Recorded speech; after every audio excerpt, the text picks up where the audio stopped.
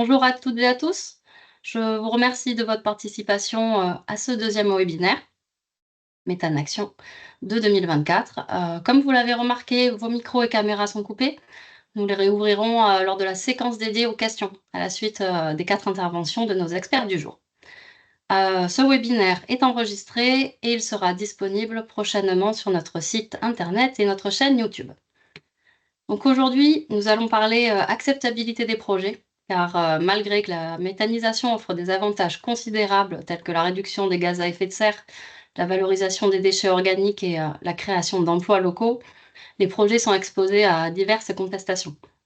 Donc cette problématique de l'acceptabilité sociale des projets, elle est complexe et multifactorielle, et c'est donc pour cela que l'on a souhaité aujourd'hui faire un focus sur toute cette phase qui fait partie des points essentiels à travailler dans le montage d'un projet.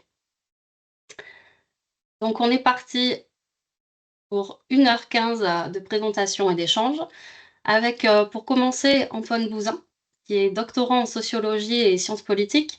Il va nous présenter les résultats de son étude relative à la conflictualité autour des projets de méthanisation agricole. Nous continuerons avec Constant Delatte, qui est expert en concertation des projets d'énergie renouvelable. Ensuite, Emma Babin, qui est avocate à la Cour de Rennes, reviendra sur les principaux recours auxquels ils font face. Et enfin, nous terminerons ce webinaire avec Vanessa Baudry-Payat, qui est agricultrice méthaniseur dans les Deux-Sèvres. Vanessa a mis un point d'honneur à la concertation et a su pleinement intégrer à son projet dans une économie de territoire local.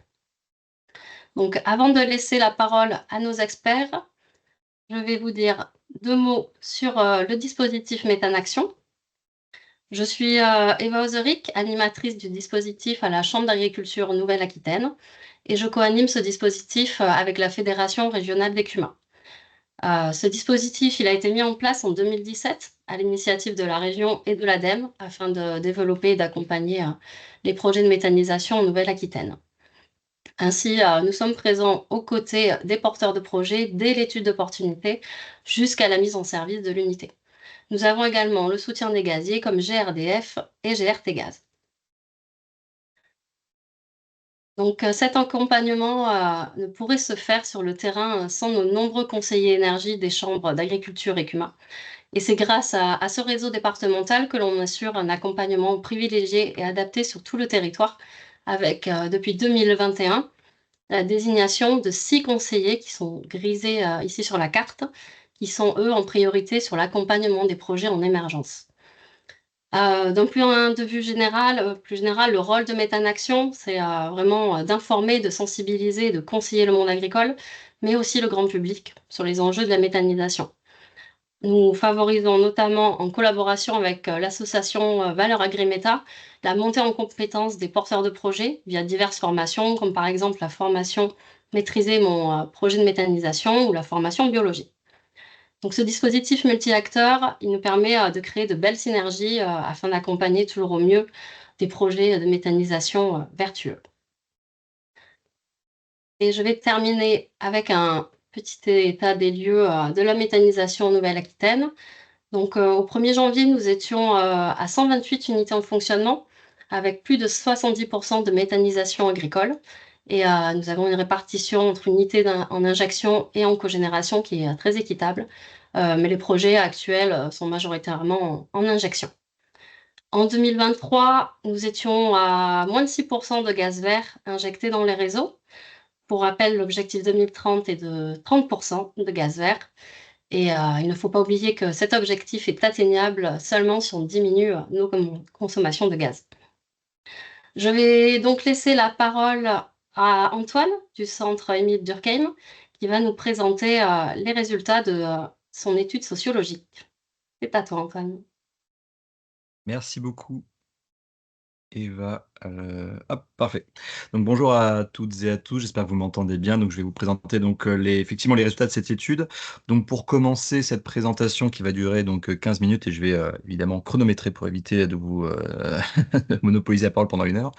Je vais commencer par vous parler du périmètre de cette étude. Donc qui est dans la slide suivante. Donc le périmètre de cette étude, On, donc juste. on peut Ouais. faire le petit sondage avant si tu veux. Ah oui, oui, pardon. Donc il y avait un sondage, pardon, oui, il y avait, tant pour moi, j'enchaîne directement. Il y avait un sondage que je voulais vous proposer et qui va permettre, voilà, ce qui va permettre en même temps de rebondir sur les résultats que je vais vous présenter. Donc le sondage c'est le suivant, c'est comprenez-vous les oppositions au projet de méthanisation? Donc l'idée c'est pas de savoir si vous-même vous êtes confronté à ces oppositions. L'idée c'est voilà, de savoir si vous, voilà, de ce que vous pouvez en comprendre et en voir, est-ce que vous comprenez les oppositions euh, ou non?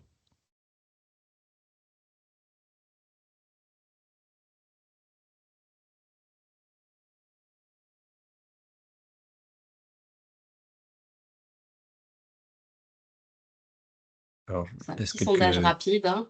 ouais, quelques secondes pour répondre. Donc là, je vois une majorité plutôt écrasante de oui, de compréhension aux oppositions. Euh, ce- Alors, s'il y a des personnes, voilà, s'il y avait, on est 34 en ligne, donc s'il y a des personnes qui veulent répondre, donc la question est dans le chat, hein, vous pouvez répondre très facilement oui ou non, soumettre votre vote. Euh, je propose qu'on laisse encore quelques secondes pour Mm. les réponses. Hop là. En majorité assez écrasante quand Oui, même. je pense que même si toutes les autres personnes votaient, enfin voilà, je pense qu'on est sur. Eh bien, écoutez, c'est plutôt rassurant d'avoir ce genre de réponse. Donc, bah, merci beaucoup d'avoir joué le jeu et d'avoir. Voilà, vous pouvez continuer à répondre, hein, évidemment. Merci beaucoup d'avoir joué le jeu. Donc, bah, c'est assez rassurant comme résultat et je vais essayer d'expliquer tout de suite pourquoi. Donc, pour revenir sur la présentation, alors juste pour bien situer le contexte, hein, de quoi je vais vous parler.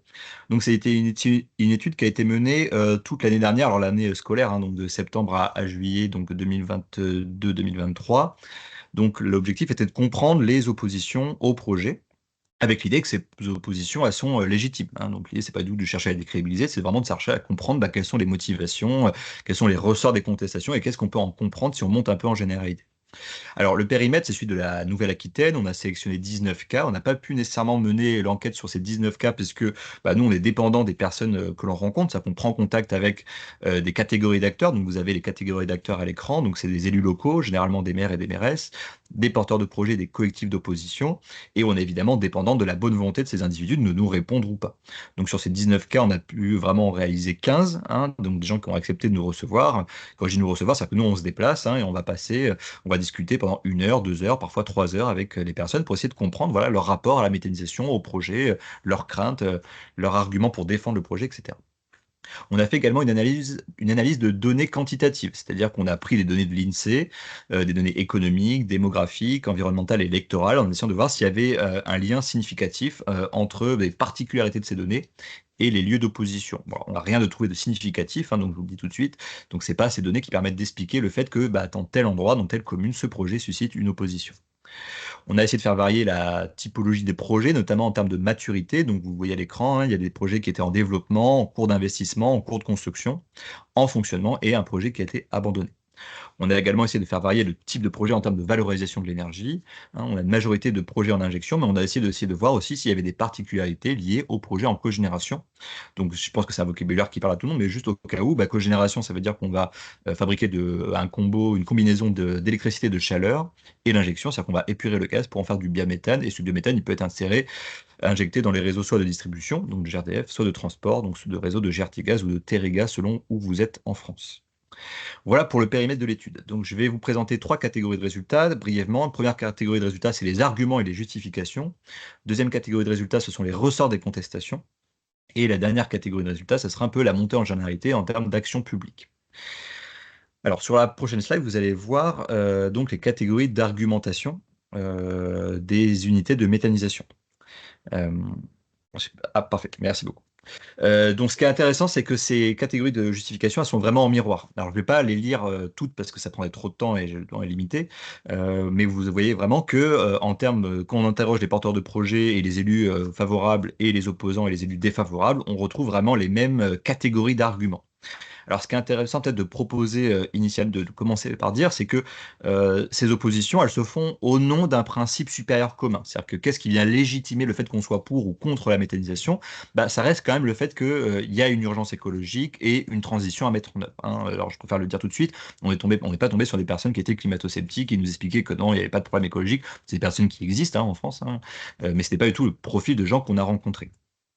Donc, si je prends juste des exemples, peut-être les arguments les plus saillants, alors il y a un argument environnemental, hein. Les promoteurs expliquent que bah, la méthanisation, oui, ça permet de produire une énergie décarbonée, ça permet une gestion écologique et circulaire des déchets et une moindre utilisation des engrais chimiques dans les systèmes agricoles, donc au sein de la ferme, hein. Quand les opposants et les opposantes expliquent que bah, la méthanisation, ça présente des risques environnementaux, des risques de pollution des sols et des eaux, et également des nuisances à l'égard des aménités du cadre de vie, hein. Et là, on retrouve les arguments du transport, des odeurs, euh, notamment. Un autre argument qui a été très important, c'est l'argument civique et politique, hein. C'est-à-dire que les promoteurs de la méthanisation expliquent, bah, nous, on produit de l'énergie pour le plus grand nombre, hein, et c'est une réalité assez factuelle. Quand les opposants et les opposantes expliquent que, bah, en fait, l'avis des riverains n'a jamais été pris en compte. Ils et elles ont appris l'existence du projet complètement par hasard, par un panneau qui annonçait le début des travaux de terrassement, par exemple, et que finalement, bah, ce projet de méthanisation, il est d'abord pour les intérêts particuliers des agriculteurs. Donc, ce qu'on observe, donc moi je ne suis pas là pour dire ces arguments ils sont sincères ou non sincères, ils sont vrais ou justes, c'est des arguments qu'on a retrouvés le plus dans les discours des gens que l'on a rencontrés. Pour finir très brièvement ces slides, ce processus, enfin ce projet de méthanisation, les projets de méthanisation suscitent un processus de désenclavement de l'activité agricole. Alors qu'est-ce que je veux dire par là? C'est-à-dire que l'activité agricole qui ne faisait pas l'objet d'une réflexion spécifique ou d'une préoccupation spécifique devient, par l'intermédiaire des projets de méthanisation, une activité suspecte, ou en tout cas on commence à s'intéresser au fait, au fonctionnement et aux dangers, les risques du fonctionnement de l'agriculture et des modèles agricoles, hein. C'est ça notamment que vient susciter les projets de méthanisation. Est-ce que l'on ne retrouve pas du tout, par exemple, avec des projets ENR, enfin d'énergie renouvelable, comme l'éolien ou le photovoltaïque, à l'exception évidemment de l'agrivoltaïsme. Donc ça, c'était la première catégorie de résultats sur les controverses. Merci beaucoup. L'autre catégorie de résultats, c'est sur les ressorts de la contestation. Donc, je vais essayer d'accélérer. Bon, on peut avoir instinctivement le réflexe de dire bah, c'est un mouvement NIMBY, un not in my backyard, ça veut dire pas chez moi, pourquoi pas, mais pas chez moi. Bon, cet argument, il est assez battu en brèche, hein, il est battu en brèche assez rapidement. Il y a une montée en généralité des arguments, hein, c'est pas simplement il y a des odeurs, c'est aussi bah, on a vu qu'il y a des risques environnementaux, on se pose des questions sur la capacité des agriculteurs à gérer un système industriel, etc. Donc c'est pas juste pas chez moi. Il y a assez peu de néo-ruraux dans les collectifs d'opposition. Moi, à vrai dire, je n'en ai pas rencontré et je pense qu'ils sont assez peu nombreux. Et en tout cas, c'est ce qu'on a pu, quand on discute, les gens qui créent les collectifs d'opposition, c'est des gens du coin, hein, des gens qui ont grandi là, qui sont nés là ou qui habitent dans le village d'à côté, qui ont prévu de revenir habiter dans leur village où ils ont grandi, de naissance, etc. Donc, peu de néo-ruraux. Et les tensions, elles existent, c'est-à-dire les oppositions, elles existent au sein même, ces fractures, elles sont au sein même des mondes agricoles. C'est-à-dire que dans les oppositions, dans les collectifs d'opposants, on a pu rencontrer des agriculteurs.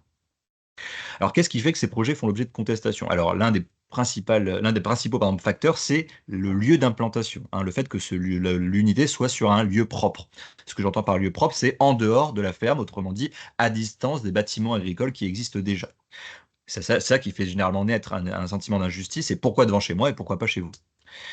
Ce qui joue également, c'est l'opposition ou les fortes réserves des élus locaux, hein, qui ne vont pas soutenir le projet de méthanisation. Et ça joue un rôle notamment quand la préfecture doit donner son avis en termes de permis, hein. Le fait que les élus locaux comptent, même si généralement même si c'est des avis consultatifs, bah, ça peut effectivement gêner les services de la préfecture au moment de fait d'accorder le permis. Enfin, dernier point, c'est la culture du silence, hein, le fait qu'effectivement, il n'y ait pas de processus de communication extrêmement poussé ou de consultation publique, en tout cas de communication publique sur le projet. Alors, il faut savoir que les agriculteurs et les agricultrices respectent la réglementation, hein, c'est-à-dire que d'un point de vue réglementaire, tout est respecté, notamment, mais on peut pointer la dimension réglementaire en disant bah, elle est vraiment à minima, hein. Mais je pourrais revenir dessus si vous souhaitez.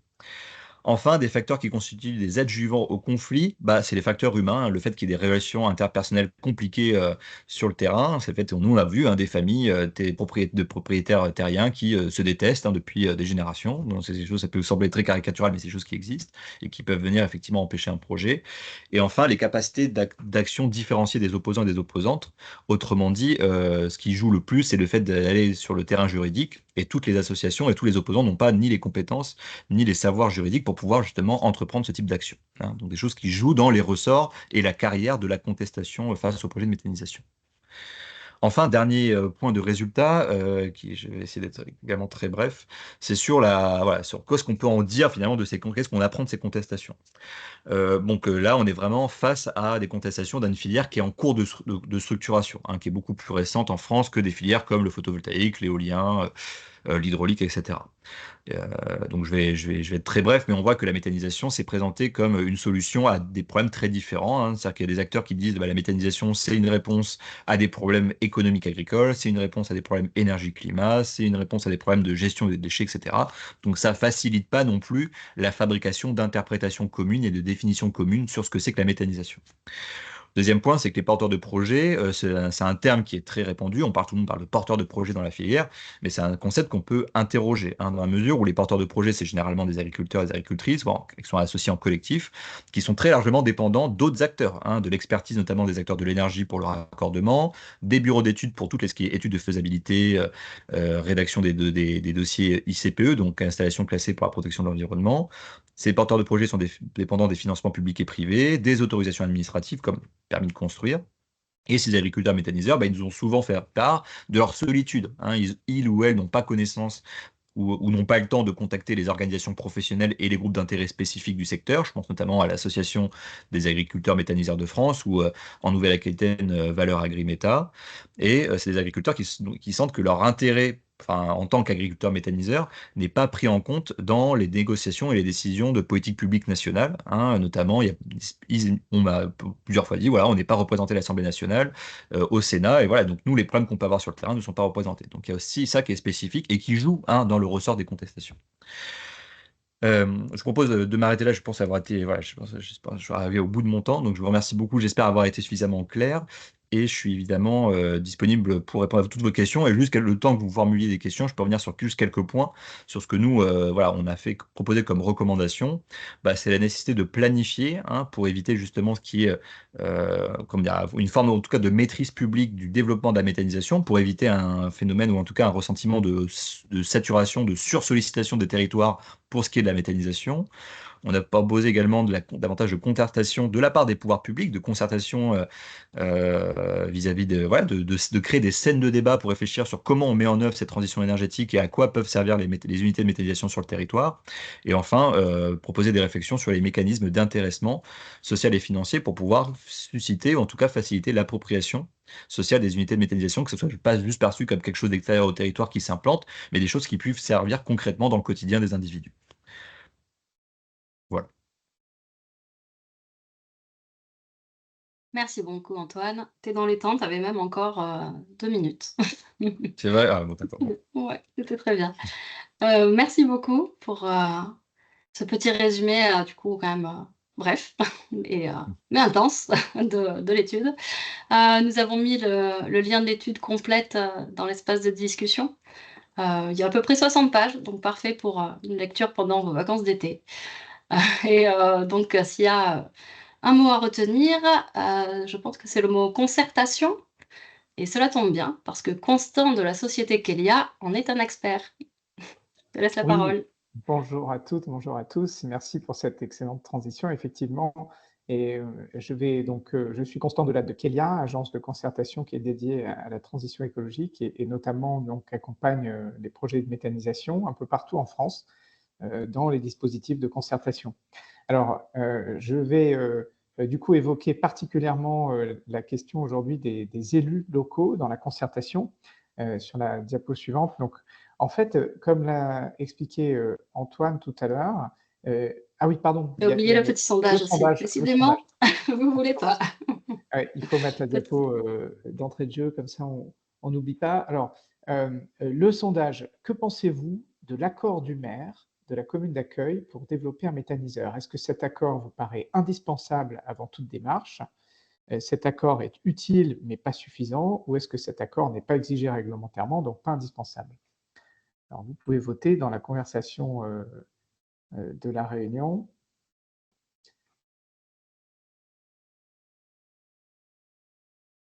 Il y a une majorité de la question cet accord est utile mais pas suffisant, c'est intéressant. Personne ne considère que comme c'est pas exigé, c'est pas indispensable. Hem Et une minorité de gens qui pensent que c'est indispensable avant toute démarche. Intéressant. Alors, j'enchaîne, hein, pour ne pas perdre de temps, mais c'est intéressant ces réponses. Alors effectivement, avant de démarrer une démarche, cet accord, n'est pas, indispensable. En réalité, la réglementation, comme le disait Antoine tout à l'heure, n'impose pas de dialogue, très en amont, de la démarche de développement d'un projet. Le moment où on va demander aux porteurs de projet, de dialoguer, en fait, c'est en cas de projet en enregistrement ICPE, dans le cadre de la consultation publique qui arrive pendant l'instruction du dossier. En général, pour un projet de méthanisation dont le développement peut durer 1 à 2 ans, voire plus, cette consultation, elle arrive à la fin de ce temps de développement.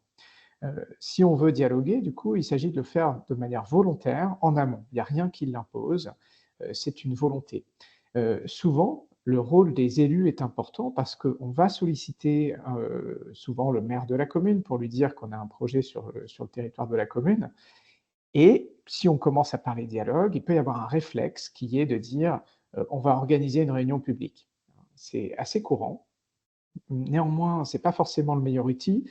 La réunion publique, c'est un peu le cas qui est présenté sur la gauche de cette diapo. Vous avez, des gens qui s'opposent au projet, des porteurs de projets qui essaient de se défendre et tout un public qui assiste à ce conflit et qui ne comprend pas grand-chose et qui ne sait pas comment se positionner.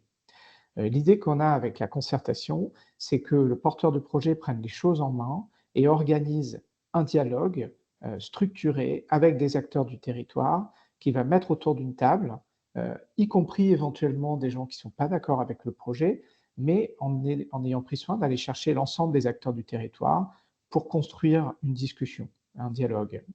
Et ça, c'est important, parce que si on regarde sur la diapo suivante, on voit qu'autour d'un projet de méthanisation, il peut y avoir un grand nombre d'acteurs du territoire qui peuvent se sentir concernés. Il y a, comme d'ailleurs le disait Antoine tout à l'heure, au premier chef, les agriculteurs. Mais les agriculteurs qui portent le projet, c'est une chose, mais il y a aussi d'autres groupes d'agriculteurs éventuellement qui ont peut-être des pratiques agricoles différentes ou qui ne sont pas dans le projet ou qui sont, d'une manière ou d'une autre, pas liés aux porteurs de projet et qui peuvent se poser des questions sur ce projet, d'une part. Mais d'autre part, il y a aussi des riverains, des habitants qui, sont à proximité du site d'implantation et qui peuvent réagir au choix de ce site. Il y a aussi des usagers, plus largement, du territoire qui peuvent être de passage ou, qui utilisent les champs, qui utilisent, ouais, on peut penser aux chasseurs, par exemple, aux pêcheurs dans la petite rivière du coin. Il y a toutes sortes d'acteurs, en fait, locaux qui peuvent être des usagers sans être des riverains. Et puis des associations, des gens de passage, des touristes, des visiteurs, des commerçants, et cetera. Et bien sûr, les élus qui sont, un sujet important, d'autant plus qu'aujourd'hui, heu, les élus, municipaux sont en fin de mandat, on va dire. Ils sont dans le dernier tiers de leur mandat de 6 ans qui prend fin en 2026 et donc les élections, dans certaines communes commencent à se préparer déjà aujourd'hui.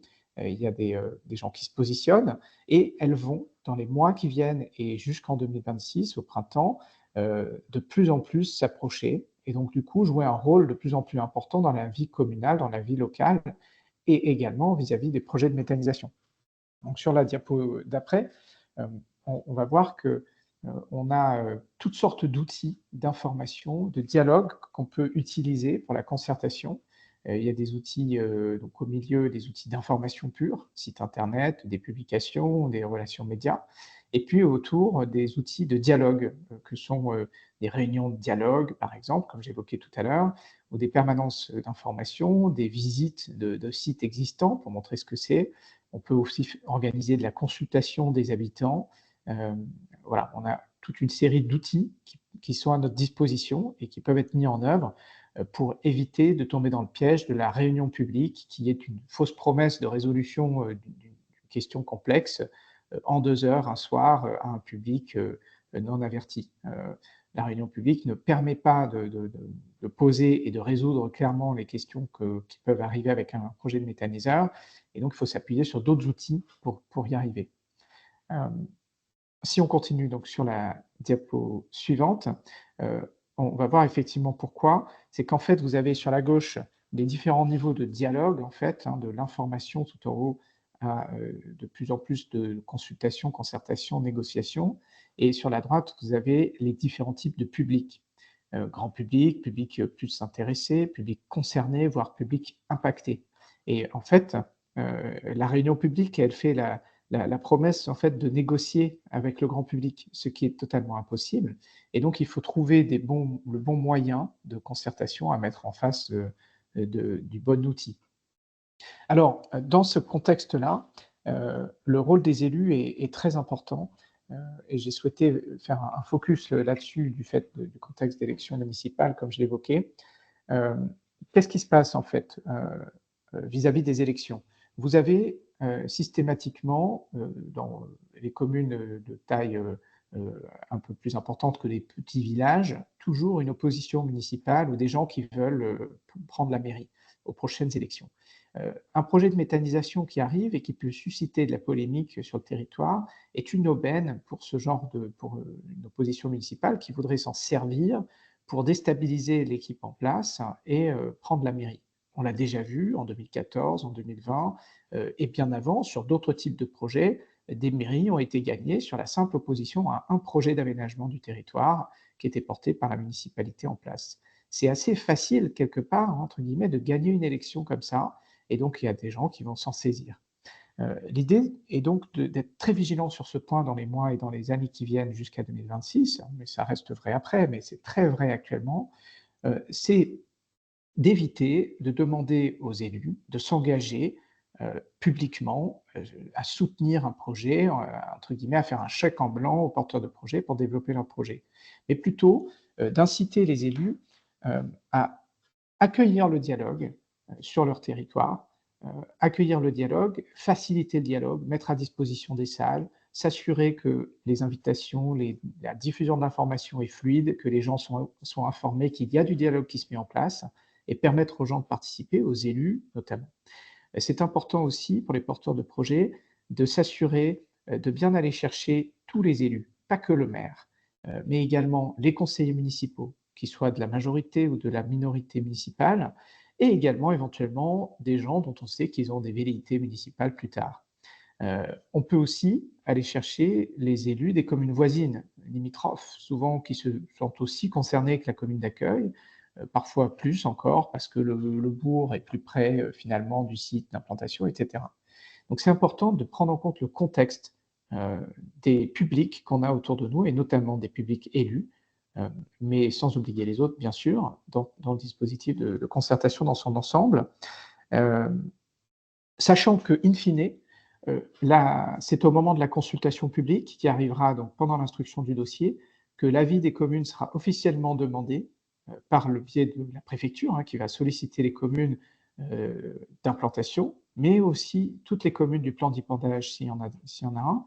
Et donc là, c'est un gros enjeu parce que les communes qui sont sollicitées peuvent, si elles n'ont pas été mises dans la boucle du dialogue en amont, ne pas comprendre cette demande de la préfecture qui arrive tout d'un coup.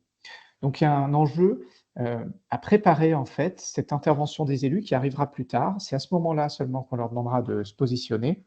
Euh, mais effectivement, c'est important de les préparer, de les engager dans un dialogue en amont. Voilà, j'ai terminé mon intervention et je suis à disposition tout à l'heure pour des questions.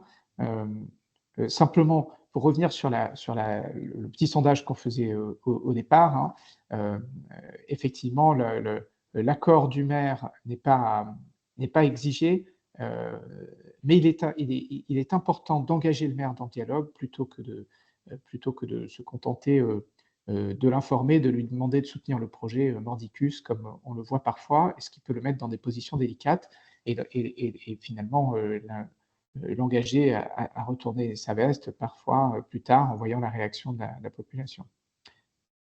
Voilà, merci pour votre écoute. Merci beaucoup, Constant. Donc oui, on voit bien l'importance de la place de la concertation lors de l'élaboration du projet. Malheureusement, parfois, cela ne suffit pas et des recours sont déposés. Donc cela peut être à différents stades et c'est donc Emma, qui est avocate spécialisée, dans le droit de l'environnement et du développement durable, qui va nous présenter les contestations les plus, courantes et donc, les moyens de les éviter. Merci beaucoup Eva, un grand merci d'ailleurs à vous ainsi qu'à Émilie et au dispositif Méthanaction pour l'organisation de ce webinaire sur un sujet d'importance, très clairement. Pourquoi importance? Parce que tout simplement le risque contentieux fait peser un risque de faisabilité du projet, c'est ça qui est en jeu concrètement, puisque si l'autorisation ou les autorisations administratives qui ont été délivrées sont annulées par le juge administratif à la suite une action contentieuse, eh bien, le risque immédiatement, c'est que l'autorisation disparaît et donc le porteur de projet se trouve dans l'impossibilité de le concrétiser. Donc, c'est un risque, effectivement, qui est quand même très important et qu'il convient, dans une certaine mesure, bien sûr, même si on ne peut pas se prémunir entièrement d'un risque contentieux, on peut limiter le risque que ce recours puisse faire peser sur la faisabilité du projet. Je crois qu'on a le sondage. Cette fois-ci, je vais y penser. Donc, question que je vous adresse. Donc, qui peut avoir un intérêt à agir en contentieux, donc contre l'autorisation administrative qui est délivrée soit pour la construction, donc le permis de construire, et ou pour l'exploitation, donc l'autorisation délivrée au titre du Code de l'environnement, on y reviendra tout à l'heure, d'une unité de méthanisation. 3 réponses possibles: seulement les voisins immédiats, toute personne résidant dans la commune d'implantation du projet, ou plus largement, toute personne physique et ou morale justifiant d'un intérêt pour agir. Bon, bah là, je vois que je suis face à des experts de la question. Effectivement, vous avez raison, c'est l'intérêt pour agir, c'est la 3e réponse, la bonne, toute personne physique ou morale justifiant d'un intérêt pour agir. Et vous le verrez je ne vais pas forcément m'appesantir sur ce sujet, mais effectivement, c'est une question à se poser à chaque fois, de savoir est-ce que j'ai un intérêt pour agir contre l'autorisation qui est délivrée.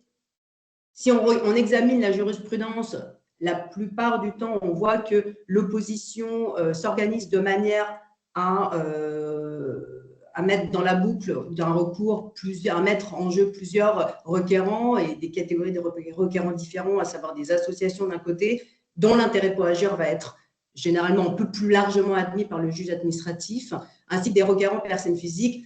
Force est de constater que l'analyse de la jurisprudence montre que les riverains proches du projet justifient généralement dans des conditions assez allégées de preuve par le juge administratif d'un intérêt pour agir. Donc, grosso modo, quand on est un porteur de projet bénéficiaire d'un arrêté d'autorisation et qu'un recours contentieux est dirigé contre l'autorisation concernée, eh bien, le risque que cette action puisse être jugée recevable et donc soit examinée au fond par le juge est assez élevé. Avant, je vous propose un diapo introductif pour poser un peu les règles qui ont été déjà rappelées par Antoine et par Constant dans leur présentation précédente. On rappelle qu'un projet de méthanisation est systématiquement soumis au respect d'une double législation, à savoir le respect de la législation au titre du Code de l'urbanisme et le respect de la législation au titre du Code de l'environnement.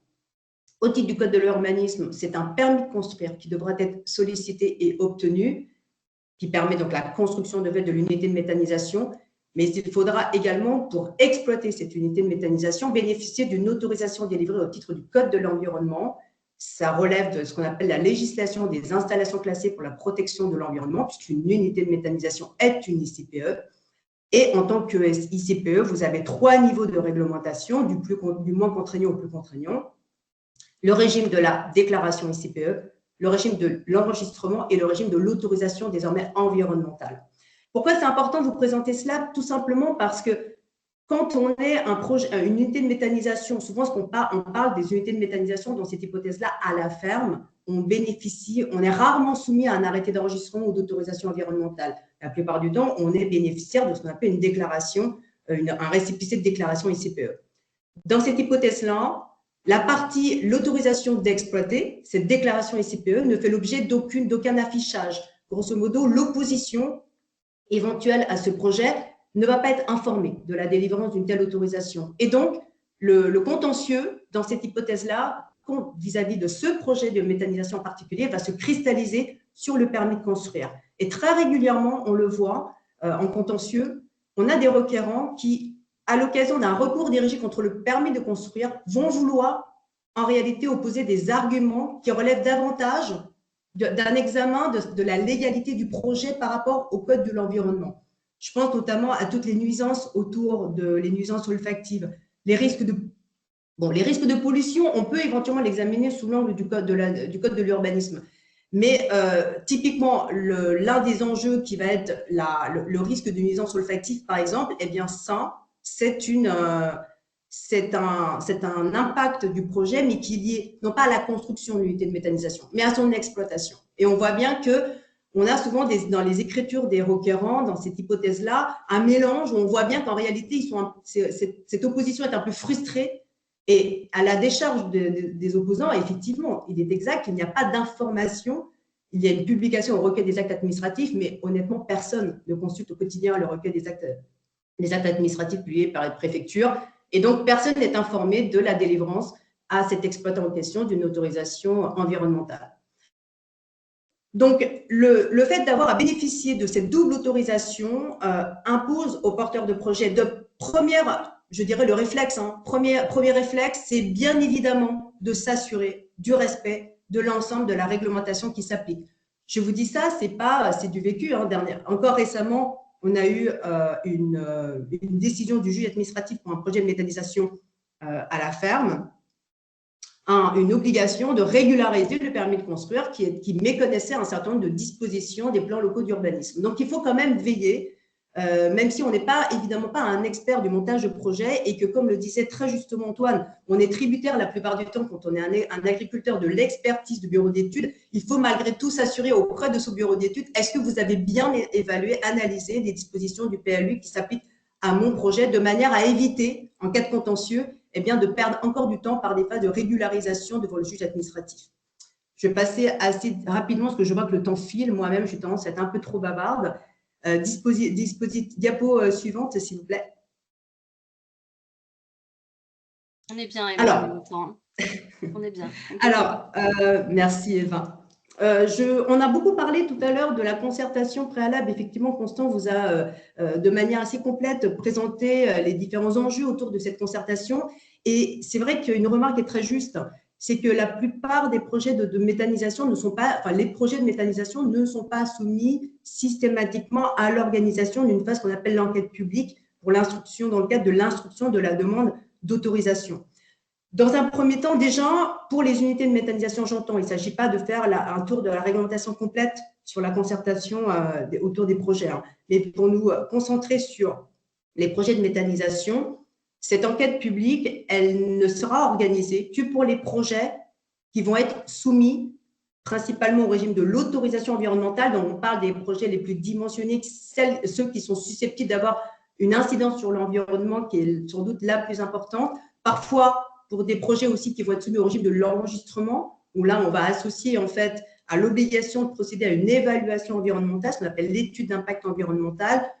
On va l'associer à une obligation d'organiser une concertation publique, une phase d'enquête publique dans le cadre de l'instruction. Mais il est vrai que tous les projets ne sont pas, pour être autorisés, ne sont pas nécessairement soumis à l'organisation d'une procédure d'enquête publique. Cette procédure d'enquête publique, elle est cruciale pour le porteur de projet. Elle est extrêmement importante, même si tout ne découle pas de lui forcément, puisque le dossier, avant d'arriver en phase d'enquête publique, ça, c'était l'ancienne réglementation, en fait, la nouvelle qui découle de la loi Industrie verte que je vous ai reproduite en bas, a introduit une phase, et ça, c'est un point important, ce qu'on appelle une parallélisation entre la phase d'examen de la demande d'autorisation et la phase de consultation publique. Pourquoi cette parallélisation, elle est importante? C'est parce qu'en fait, jusqu'à présent, c'était pour répondre à une critique récurrente autour de la tardivité, en fait, du moment où l'enquête publique arrivait. En fait, l'enquête publique arrivait à la fin de la phase d'examen, à un moment où, quelque part, le projet était entièrement bouclé, ne pouvait plus subir de modifications. Et donc, le reproche qui était fait, c'était que eh bien, les observations du public, de toute façon, n'ont pas grand sens puisque le projet, il est finalisé et que rien ne pourra changer. là, en introduisant, en lançant la phase d'enquête publique en même temps que l'instruction de la demande, ça laisse la possibilité pour les oppositions ou les observations qui peuvent être formulées par le public d'être, dans une certaine mesure, évidemment, prises en compte par le porteur de projet et conduisent à des modifications de ce projet. Donc, ça donne du poids, concrètement, plus important à cette phase d'enquête publique. Cette phase d'enquête publique, dans tous les cas, elle est importante pour le porteur de projet qui ne doit absolument pas la négliger.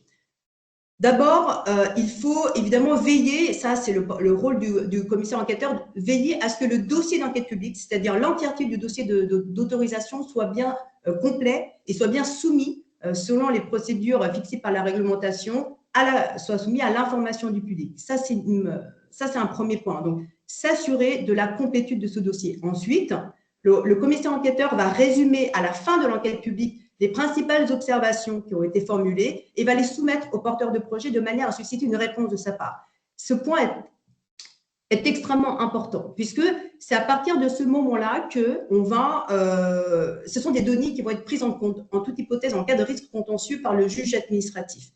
Et donc, il s'agit d'apporter une réponse qui est à la fois complète, mais qui ne va pas non plus au-delà de ce que contient le dossier. Pourquoi ? Parce que si, par exemple, en présence d'une observation du public est un petit peu gênante, le porteur de projet se dit « Bon, bah, attendez, je vais organiser je vais réaliser une étude complémentaire pour bien argumenter sur ce point. » Eh bien, cette étude complémentaire, elle aura été produite postérieurement à l'enquête publique et n'aura pas été soumise à l'avis du public. Ce qui présente un risque d'irrégularité, d'entacher d'irrégularité à la phase d'enquête publique. Donc, il faut veiller à bien répondre aux observations du public, mais sans pour autant prendre en compte sans pour autant produire de nouvelles études et sortir du dossier tel qu'il a été soumis à l'avis du public.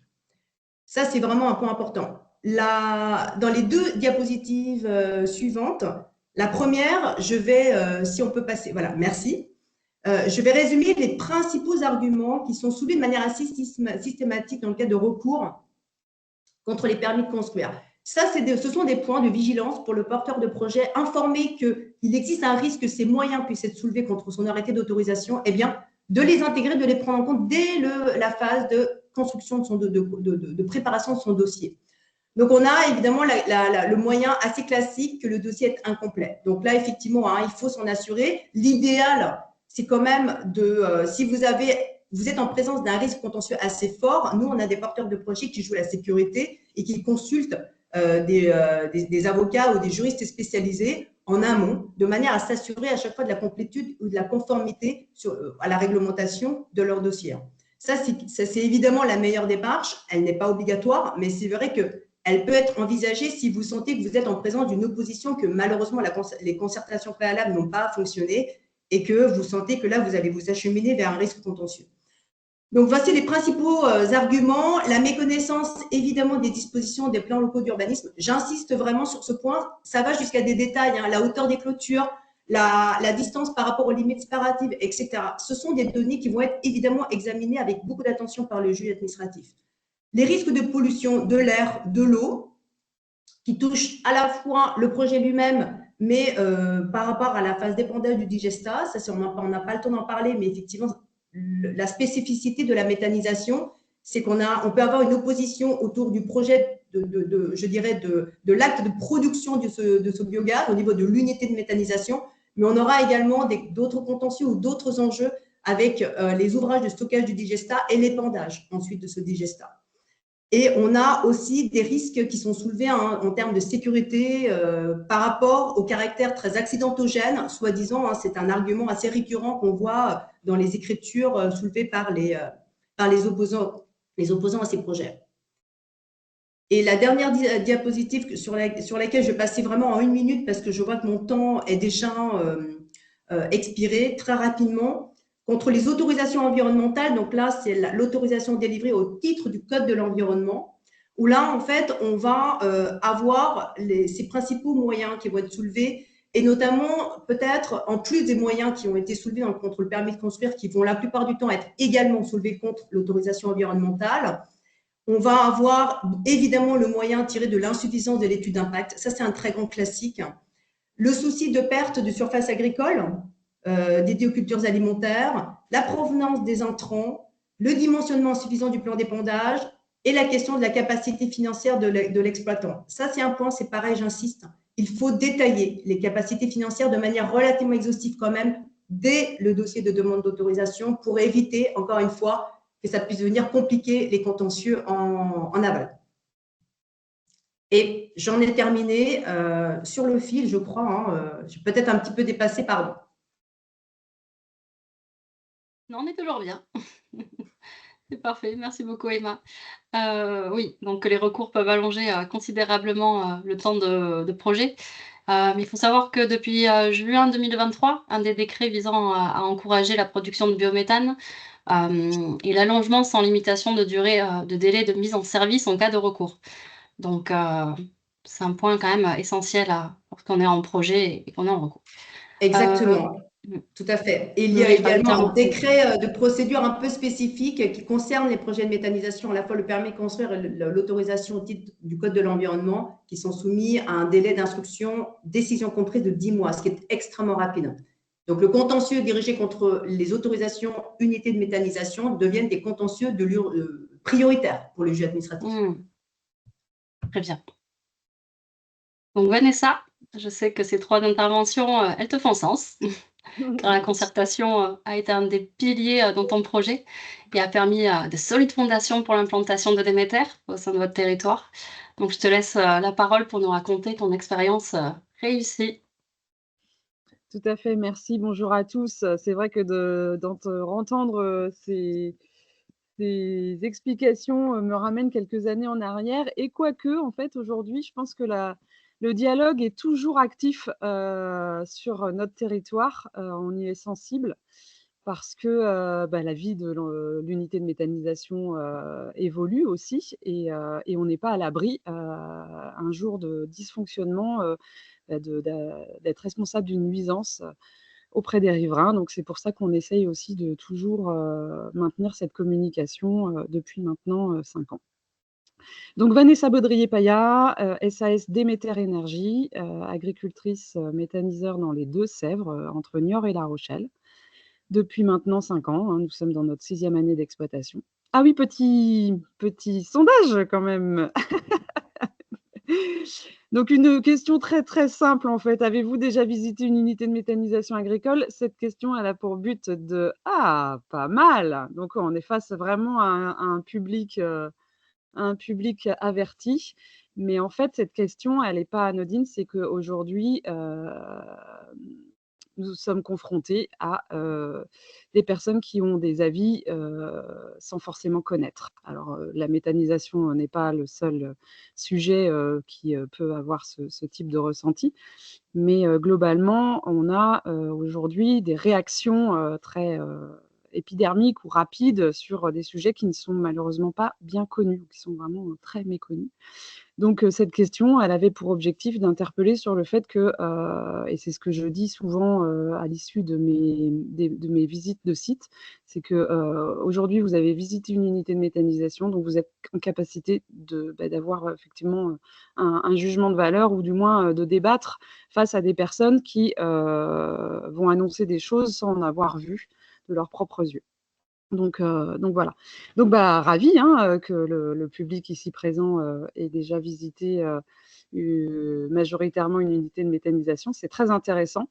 Et nous, agriculteurs méthaniseurs, nous devons contribuer justement à la vulgarisation de ce sujet et de ces acteurs du territoire en ouvrant nos portes pour faire savoir, montrer.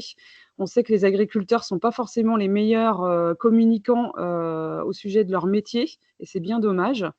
Mais aujourd'hui, une unité de méthanisation est un réel outil de communication pour amener justement du lien entre le grand public, entre les acteurs économiques, entre les élus, les collectivités et le monde rural et agricole pour justement expliquer nos métiers, expliquer l'évolution dans laquelle on vit et qui est une évolution qui était déjà présente bien avant le constat du dérèglement climatique. Les agriculteurs sont quand même une tranche de la population, un marché qui doit s'adapter continuellement depuis des générations. Et donc, c'est intéressant de pouvoir le faire savoir en montrant justement nos exploitations agricoles, nos activités et en expliquant nos métiers. Donc nous, Demeter Énergie, c'est un collectif. On a fait le choix en fait de ne pas construire l'unité de méthanisation sur l'exploitation agricole, mais on a étudié les 2 solutions, sachant que moi, avec mon mari, nous sommes producteurs de lait de vache et lorsque nous avons fait l'étude de faisabilité, on s'est dit que c'était dommage, peut-être, de faire une unité, individuelle juste à l'échelle de notre exploitation agricole, puisqu'on avait l'habitude de travailler en entraide avec d'autres éleveurs du territoire.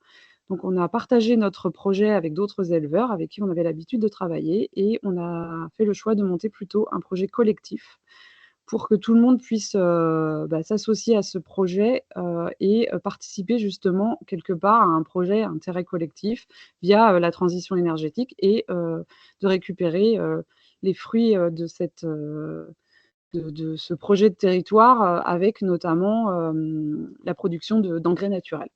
Donc on est parti sur un projet collectif et depuis donc nous, notre projet, 2014, hein, donc Constant tout à l'heure, qui évoquait justement les aléas, que pouvait subir un projet en phase d'élection municipale. Donc nous, on a été en plein dedans et on a fait le choix plutôt de mettre notre, projet un peu en retrait pour, ne pas, subir, l'appropriation, par un candidat, qui voudrait en faire, justement, un débat, heu, polémique ou un débat, qui génère la peur, des habitants, ne connaissant pas justement la méthanisation et qui ferait que notre projet, ne voit pas le jour parce qu'il serait décrié dans le cadre des élections, des campagnes des élections municipales. Donc on a mis notre projet un peu en stand-by en disant qu'on travaillait un peu, sur, le les études de faisabilité et qu'on reviendrait, lorsque les élections seraient terminées. Et donc, alors que c'était pas vraiment le cas, hein, on était déjà, bien avancés sur le projet et on souhaitait justement avancer sur la concertation et le dialogue auprès de la population. Donc, pour terminer juste vite fait la présentation de l'unité, c'est un collectif de 12 éleveurs, 100 élevage. On valorise 20 000 tonnes d'effluents d'élevage, fumier, lisier issus de vaches laitières, vaches, à viande et chèvres. Et nous sommes en cogénération, donc ce qu'expliquait tout à l'heure, Antoine. On est en cogénération, on produit de l'électricité et de la chaleur. On injecte 500 kilowatts électriques sur le réseau Enedis par heure, qui permet donc, d'alimenter, l'électricité, consommée, quelque part localement, hein. Donc nous, notre village, à proximité de l'unité de méthanisation, c'est 3 000 habitants et on fournit l'électricité pour 2 000 habitants. Donc on couvre la consommation, en électricité des 2 tiers de notre village. Et comme on est en cogénération, on produit également de la chaleur. Donc on utilise cette chaleur, du moteur, qui produit l'électricité, d'abord pour chauffer nos digesteurs pour, optimiser le processus de méthanisation.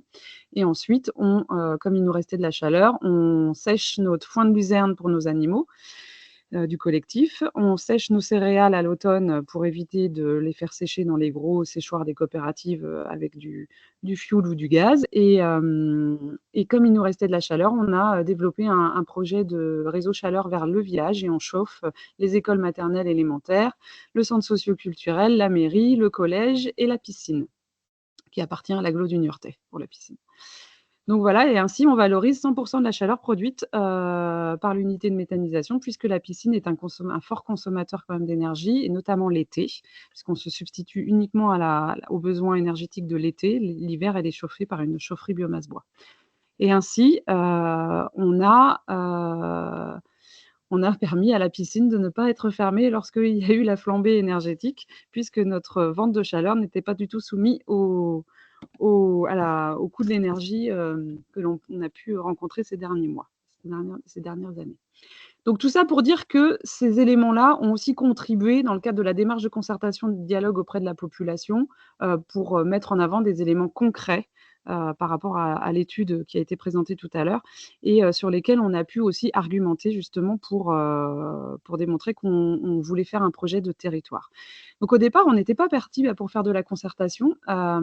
C'est l'agglomération du Niortais qui nous a interpellés en disant: «Attention, ce type de projet peut être emprunt à des oppositions massives. Ce serait bien que vous essayiez d'entamer une procédure, ou une démarche de dialogue auprès de la population et de concertation».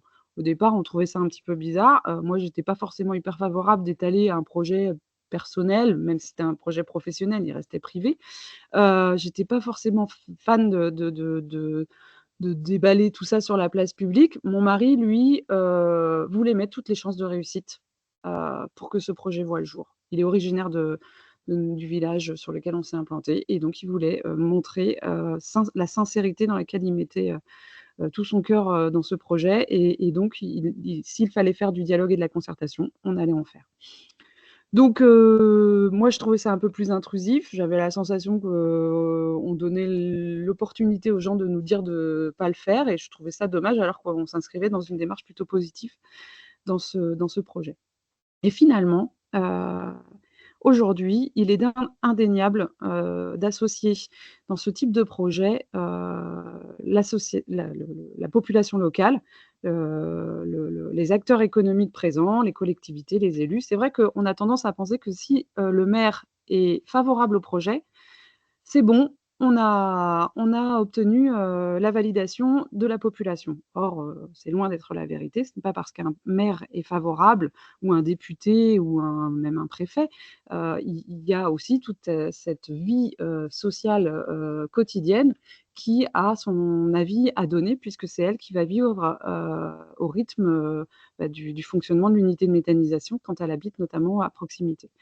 Donc on s'est rapproché d'une association qui travaille un peu comme Kélia justement, qui a été présentée et qui nous a accompagnés sur la démarche de concertation, et de dialogue, puisque nous, on n'était pas forcément des professionnels pour mettre cela en place et on a fait le choix de proposer, à la population de s'inscrire dans la démarche de concertation et de dialogue.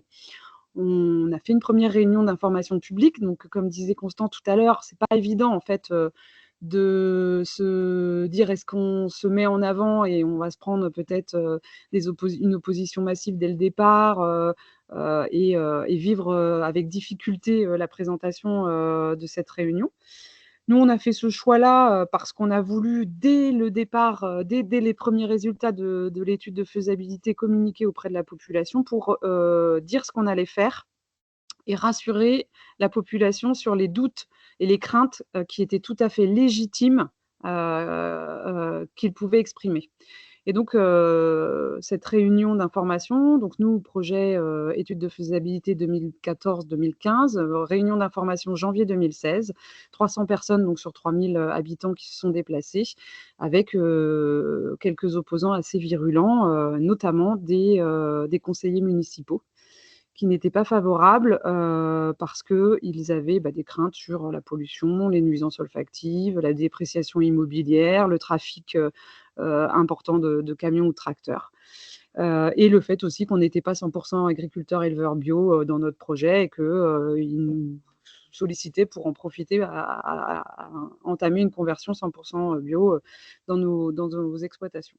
Donc voilà, on a eu une multitude en fait, d'oppositions, et donc on s'est positionné plutôt en réponse à ces oppositions en leur apportant, les arguments, que l'on avait à l'échelle de notre projet, qu'on était prêt aussi à les entendre pour, éventuellement les rassurer sur des modifications d'organisation ou de process, qui pouvaient répondre à leurs, doutes et puis, on leur a proposé en fait de s'inscrire dans la démarche et d'être force de proposition pour en faire encore plus un projet de territoire à leurs yeux et de proposer en fait des axes d'amélioration autour du projet. Et pendant 2 ans, on a mené cette concertation et ce dialogue avec notamment, des réunions, le soir. Donc on avait une trentaine d'habitants qui s'étaient, proposés et s'étaient, inscrits, sur la base du volontariat et qui participaient donc à ces soirées-là pour, proposer en fait des axes d'amélioration autour du projet. On leur avait dit que nous, on étudierait leurs propositions sur l'angle, comment, technique du projet et économique, c'est-à-dire qu'il y avait des éléments de technicité sur le processus de méthanisation qu'on ne pouvait pas forcément changer. Mais par contre, ceux qu'on pouvait, on serait à l'étude et puis économiquement, de voir si on était en capacité aussi, d'intégrer, éventuellement les surcoûts que cela pouvait impliquer.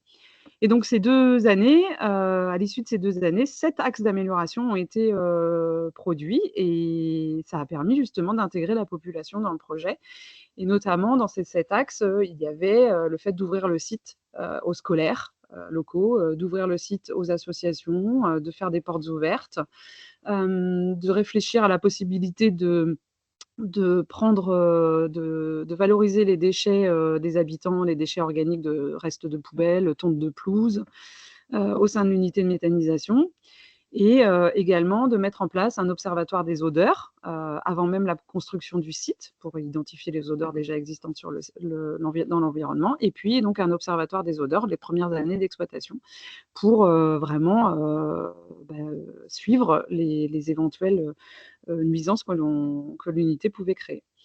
Et au final, aujourd'hui, depuis 5 ans, on ouvre nos portes régulièrement, notamment via les Journées nationales du biogaz avec l'Association des agriculteurs méthaniseurs de France, lors du week-end du patrimoine, le 3e week-end de septembre. Et donc, depuis le début, on reçoit entre 300 et 100 personnes qui viennent visiter, sachant que la première année, on était plutôt à des 400-500 personnes sur les premières portes ouvertes, hein. Donc, il y a eu quand même une mobilisation de la population locale et pas que, hein. Il y a des gens du nord du département des Deux-Sèvres, de La Rochelle, qui sont venus visiter pour justement découvrir ce qu'était la méthanisation.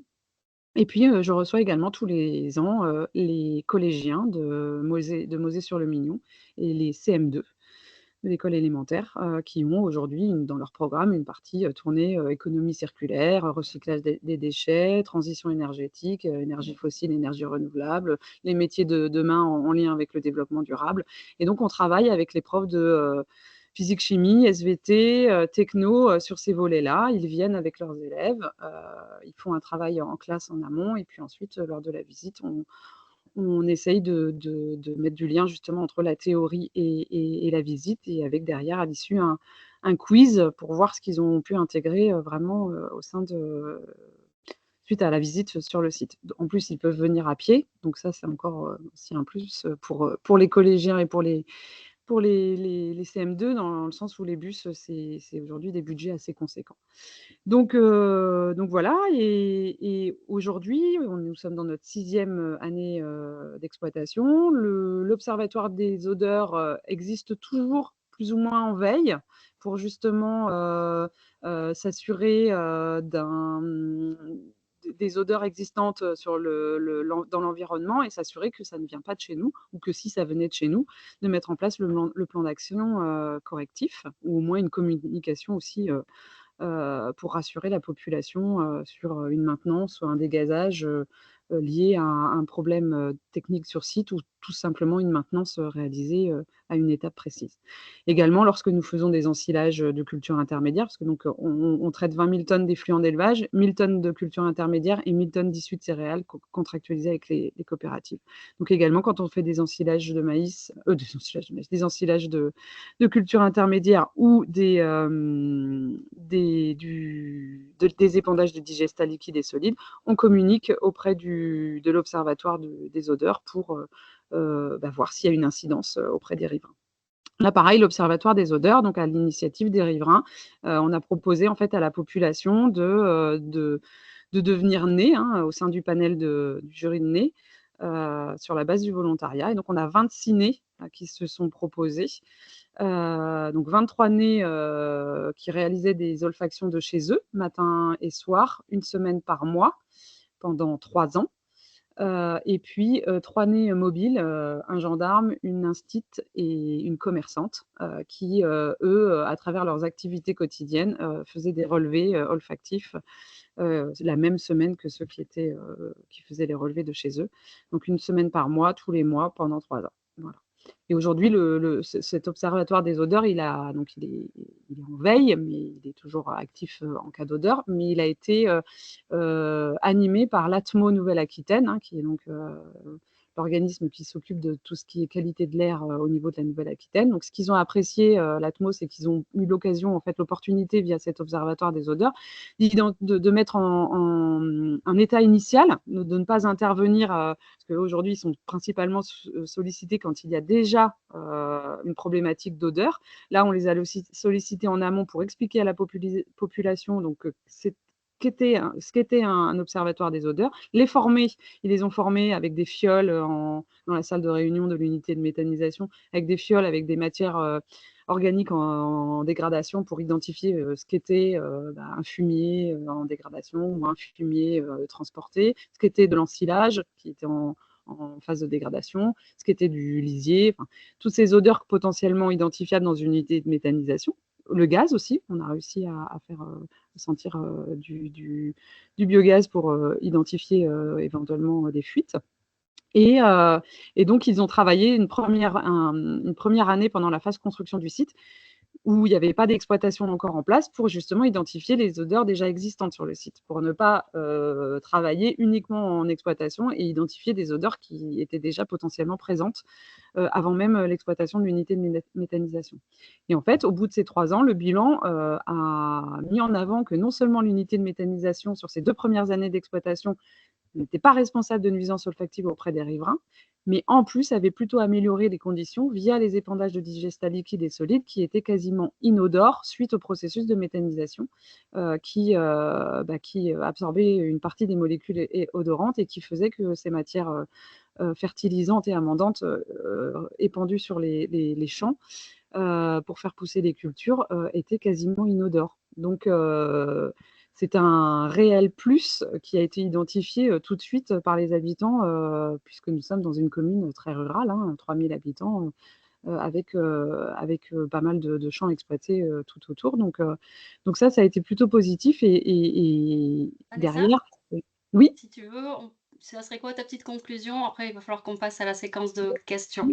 Donc, ma conclusion, c'est que il est indispensable aujourd'hui d'intégrer la population locale dans tout projet, que ce soit des projets d'ailleurs de méthanisation ou autres, hein. Aujourd'hui, dans toutes nos décisions à l'échelle de nos activités professionnelles, nous essayons de nous poser la question quels sont les impacts et les intérêts sur la population locale. Donc, indispensable de l'intégrer dès le départ. Et on se rend compte que quand on fait savoir ce que l'on va faire, quand on dit ce que l'on va faire et que l'on démontre que l'on a fait ce que l'on avait dit qu'on allait faire, une certaine confiance se met en place entre la population locale et les porteurs de projets et les exploitants.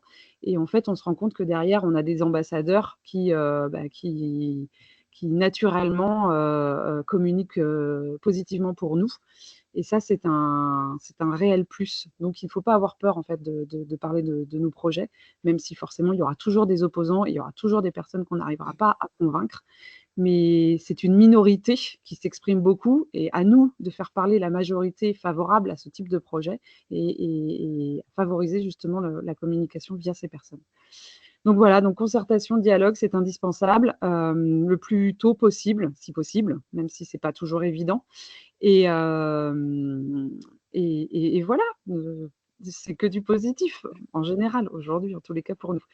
Après, c'est pas forcément parce qu'on aura fait de la concertation et du dialogue que le projet verra le jour. Il y a plein d'autres éléments qui comptent également. Très bien, merci beaucoup ce beau retour d'expérience. Merci à tous les 4 pour ce panorama très complet. Donc, comme je le disais, on arrive à la séquence de questions. On va prendre une petite dizaine de minutes. On va rouvrir vos micros. Je vous invite à lever la main afin d'être identifié pour poser votre question et tout se passerait bien. Donc, si vous voulez revenir sur un sujet, avoir des compléments d'informations, c'est le moment. N'hésitez pas. Donc,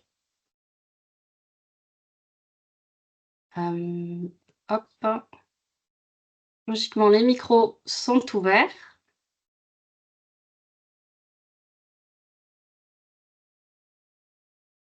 Et nous avons une première question. Grégory, c'est ça, il me semble? Donc c'est Florence Eva qui a levé la main. Enfin, je ne vois que moi, mais du coup, je prends Il y en la avait un, parole. il a dû relever la bon, main. d'accord. Florence, vas-y. Oui, bonjour, moi c'était une question pour Emma Babin. Comme j'ai pris le webinaire en route, j'espère que le sujet n'a pas été abordé. Je voulais savoir en termes d'autorisation, enfin de réglementation ICPE, quelles autorisations pouvaient subir un recours? Est-ce qu'une déclaration au titre des ICPE peut subir un recours, un enregistrement, une autorisation? Une autorisation, je suis sûre que oui, mais surtout enregistrement et déclaration. Eh bien, bonjour madame. Oui, toutes ces autorisations, que ce soit le récépissé de déclaration ou l'arrêté d'enregistrement, sont susceptibles de faire l'objet d'un recours contentieux. La difficulté s'agissant des projets qui sont soumis au régime déclaratif au titre des installations classées, c'est l'information.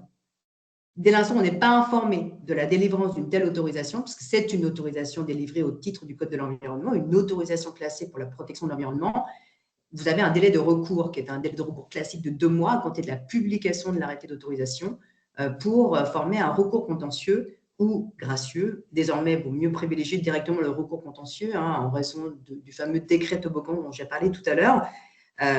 Donc, un délai de recours de 2 mois à compter de la publication de cette autorisation. Au-delà de ce délai de recours de 2 mois, le requérant ou les éventuels opposants ne pourront plus agir contre cette autorisation qui sera de fait devenue définitive.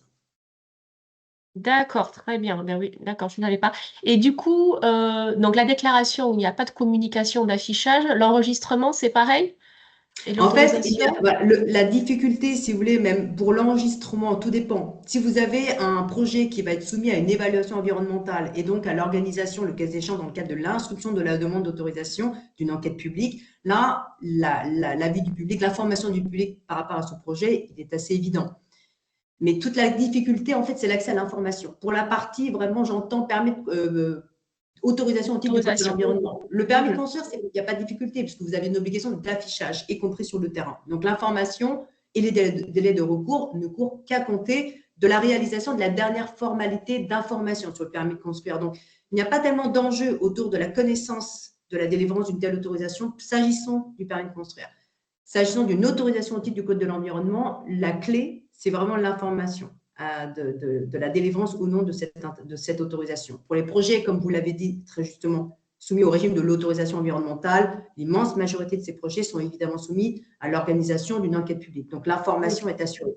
Voilà. Et assurée à un stade où l'autorisation n'est pas encore délivrée. Donc, généralement, on ne rate pas le délai de recours. Ce n'est pas tout à fait la même chose pour les projets soumis au régime déclaratif, de la déclaration SCPE ou de l'arrêté d'enregistrement, lorsque l'instruction de cet arrêté d'enregistrement ne s'accompagne pas nécessairement de l'organisation d'une enquête publique.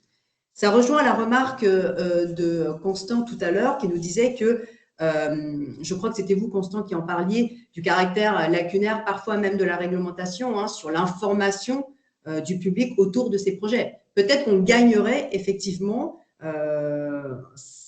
ça restera évidemment un débat, puisque vous dites ça aux porteurs de projets, eux, ils vont vous dire, bah non, nous, plus on limite le risque contentieux, et mieux c'est. Mais ça rejoint le sujet que nous avons aujourd'hui autour de est-ce qu'il faut informer ou pas le public de notre projet.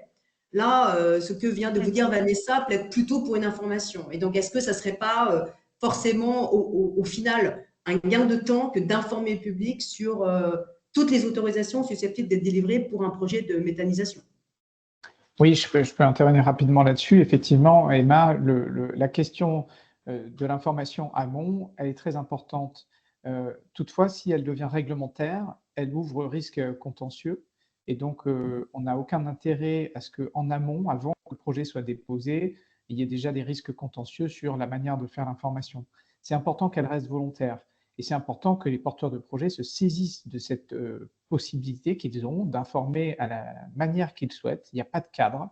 Donc, ils sont libres, en fait, de faire comme ils veulent. Mais néanmoins, il faut écouter Vanessa quand elle dit qu'il faut le faire, parce que c'est très, très important. Et ça rapporte beaucoup plus que ça ne coûte de temps d'investissement.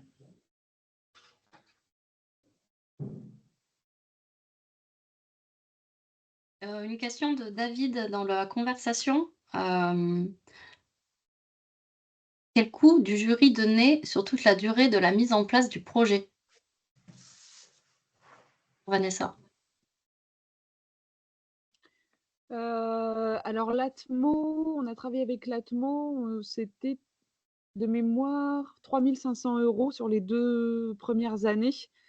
Non, sur la gratuité sur la première année et 3 500 € sur les 2 années suivantes. C'était en fait, c'était plus ou moins dans le cadre d'un partenariat avec la région, et donc du coup, la première année, elle n'a pas été facturée et puis pour eux, c'était aussi c'était une première en fait, donc c'était un élément pour, se faire la main quelque part, quoi.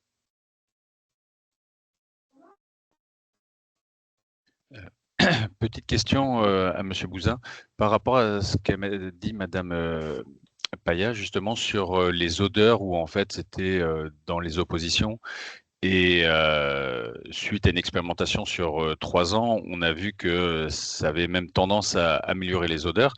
Euh, Moi, sur les 5 sites que j'ai également visités, j'ai jamais ressenti d'odeur.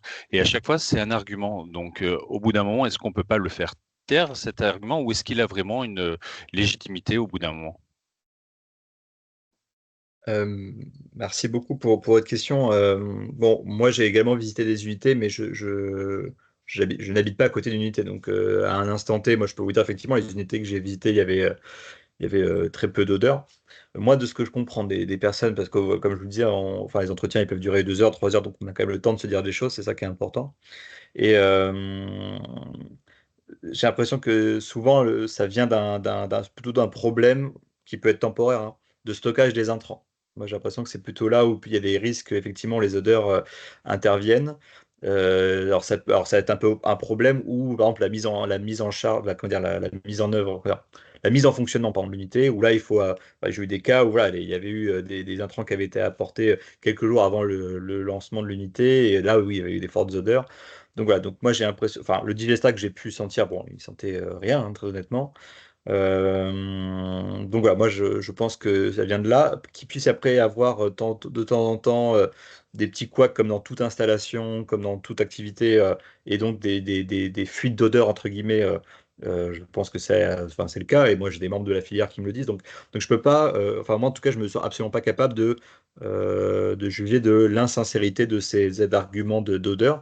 De là à dire que c'est permanent. Je pense que ça dépend vraiment des cas, de dire qu'il y a des cas où effectivement il y a des gros dysfonctionnements. Il me semble qu'il y en a eu par le passé, et je pense notamment à l'unité de Gramma, donc, qui a fait beaucoup parler. Il y a eu une délégation sénatoriale, hein, qui est venue sur place. Voilà, donc faut vraiment nuancer, de dire que c'est systématiquement le cas, non. De dire que si elle est vraiment problème récurrent d'odeur, c'est qu'il y a un vrai problème, c'est que la méthanisation en soi, effectivement, on a plutôt une réduction d'odeur. Et effectivement, c'est un argument qui a avancé, notamment quand on est avec les éleveurs et des éleveuses. Donc voilà. Donc je ne pense pas qu'il puisse être balayé. Par contre, je pense qu'on peut vraiment le nuancer, et dire que voilà, s'il y a un problème d'odeur, c'est qu'il y a un problème tout court. Voilà. Je peux peut-être compléter cette réponse. Pour moi, il y a deux situations. Il y a le méthaniseur en fonctionnement. Est-ce qu'il y a des odeurs? Est-ce qu'il n'y en a pas? Ça, c'est une question. La plupart du temps, effectivement, il n'y en a pas. Mais il suffit d'un méthaniseur quelque part en France qui a des gros problèmes d'odeur pour que, dans une phase de développement de projet, des voisins, des futurs riverains soient inquiets. Et c'est ça la problématique qu'on a abordée dans la phase concertation, c'est comment on peut rassurer des habitants inquiets de quelque chose qui n'est pas avéré et qui pourrait être avéré plus tard et qui pourrait affecter leur cadre de vie.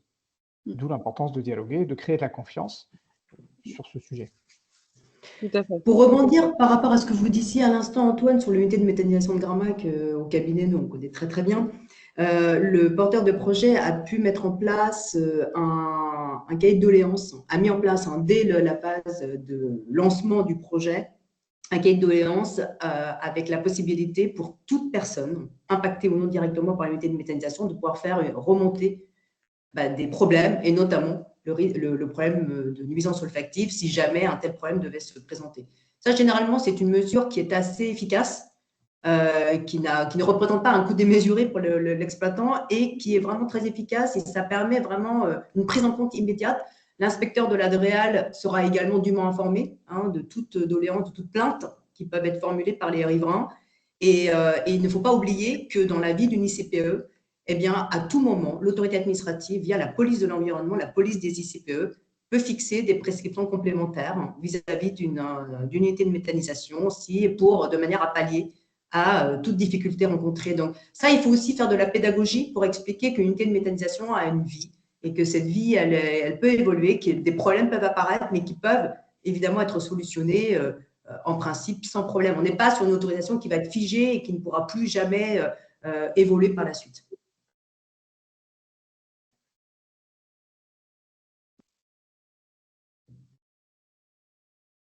Merci beaucoup. Il y a une autre question. Est-ce qu'il existe des audits annuels obligatoires pour les unités de méthanisation agricole pour contrôler notamment la ration et vérifier ainsi le seuil de culture principale dans une proportion maximale de 15% du tonnage brut total des intrants? Moi, je vais faire une petite réponse. Je ne sais pas si vous allez pouvoir compléter. Il y a des contrôles, mais il ne me semble pas que ça soit annuel et obligatoire. C'est plutôt des contrôles à... Oui, c'est des contrôles qui peuvent être des contrôles inopinés, lancés par les inspecteurs de la DREAL. Oui, pardon, Vanessa. Nous avons l'obligation annuellement de déclarer notre ration pour obtenir notre... Mais vous n'êtes pas contrôlé. Oui, non mais attends. Nous avons l'obligation de déclarer pour le maintien du tarif, de l'arrêté tarifaire sur lequel on est soumis. Donc cette obligation de déclaration, effectivement, ne fait pas forcément l'objet derrière d'un contrôle. Mais aujourd'hui, entre la PAC, où on déclare en fait les cultures justement dédiées et les cultures intermédiaires ou dérobées, il y a de plus en plus de liens qui se fait entre la déclaration que l'on fait annuellement au niveau de l'exploitation de l'unité de méthanisation et les exploitations qui déclarent ces cultures. Donc de toute façon, aujourd'hui, ils sont en train de mettre les outils pour pouvoir vraiment interpeller éventuellement les personnes qui ne joueraient pas le jeu sur les cultures dédiées et les cultures intermédiaires. Et après, on a aussi des contrôles inopinés, effectivement, sur site. De toute façon, la première année d'exploitation, c'est inéluctable. Et ensuite, on travaille. Moi, je travaille main dans la main avec la DDCSPP et globalement, ils viennent une fois par an. Alors, pas forcément sur la ration, ils vont venir sur l'aspect sécuritaire, ils vont venir sur le respect de l'ICPE, ils vont venir sur la ration, ils vont venir sur le fonctionnement du site avec notamment tout ce qui est fuite de gaz ou des choses comme ça. Enfin voilà, ils ont des angles et puis des fois, ils peuvent aussi tout aborder. Mais nous, on est dans notre 6e année, on les a vus quasiment une fois par an. Très bien. Merci beaucoup. On va s'arrêter là pour les questions. On arrive au terme de ce webinaire. Donc pour conclure, la vocation du dispositif Méthane-Action, c'est vraiment l'information, la sensibilisation et l'implication de tous les partis pour favoriser une meilleure compréhension et acceptation des projets de méthanisation. Et donc ce webinaire en fait partie. Un questionnaire d'évaluation vous sera envoyé dans la journée. Donc voilà, restez attentifs à vos mails. Je vous donne rendez-vous pour le prochain webinaire en octobre. Le sujet n'est pas encore tout à fait arrêté. Donc pour être au courant des événements, je vous invite à vous inscrire à notre newsletter depuis notre site internet ou à nous suivre sur les réseaux sociaux. Je souhaite à nouveau remercier mes invités pour la qualité de leur intervention. Merci à Émilie pour son soutien dans l'organisation de ce webinaire et merci à vous tous pour votre présence. Donc je vous souhaite une bonne fin de journée. N'oubliez pas d'emporter avec vous l'étude relative à la conflictualité sur la plage et bel été à tous. Merci. Au revoir à tous. Merci. Bonne journée. Merci beaucoup. Au revoir. Merci.